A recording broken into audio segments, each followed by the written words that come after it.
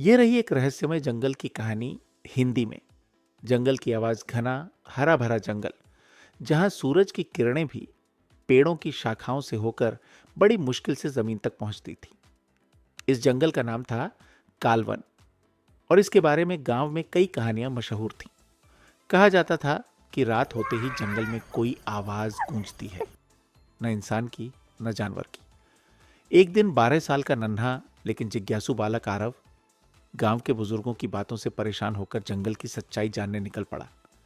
वो अपने साथ सिर्फ एक टॉर्च, एक डायरी और अपने पिता की पुरानी कंपास घड़ी लेकर जंगल में घुस गया। शुरू में सब सामान्य था, पक्षियों की चहचहाहट, पत्तों की सरसराहट। लेकिन जैसे जैसे वो अंदर बढ़ता गया, आवाजें बदलने लगी।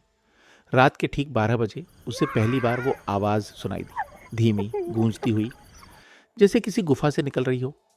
कंपास अजीब दिशा दिखा रही थी, उत्तर की ओर, जहां गांव वाले कभी नहीं जाते थे।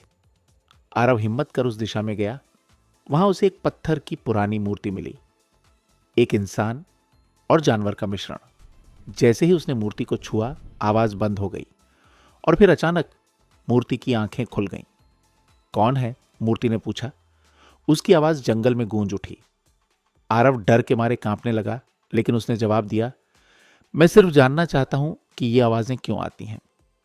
मूर्ति कुछ पल शांत रही, फिर बोली, मैं इस जंगल का रक्षक हूं।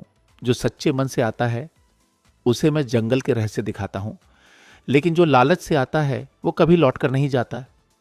और फिर मूर्ति धीरे धीरे मिट्टी में समा गई और उसके नीचे से एक छोटी सी डायरी निकली। उसमें जंगल के नक्शे, रहस्य और कहानियां भरी थीं। आरव ने वो डायरी उठाई और जंगल से बाहर आ गया। उस दिन के बाद जंगल की आवाजें बंद हो गईं, लेकिन गांव में आज भी कहते हैं, अगर कोई सच्चे दिल से